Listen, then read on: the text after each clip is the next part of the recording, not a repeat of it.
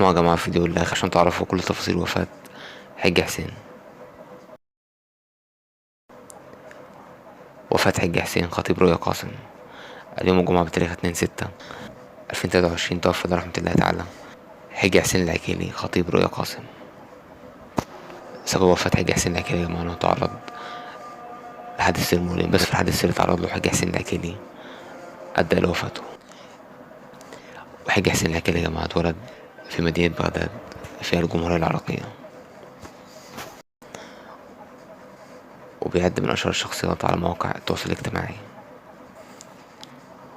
وهو يا جماعة كمان زي ما قلتلكم خطيب رؤيا قاسم أخت الإعلامية شيماء قاسم. بس كده يا جماعة، وكده نكون وصلنا لنهاية فيديو النهاردة عن وفاة حج حسين خطيب رؤيا قاسم.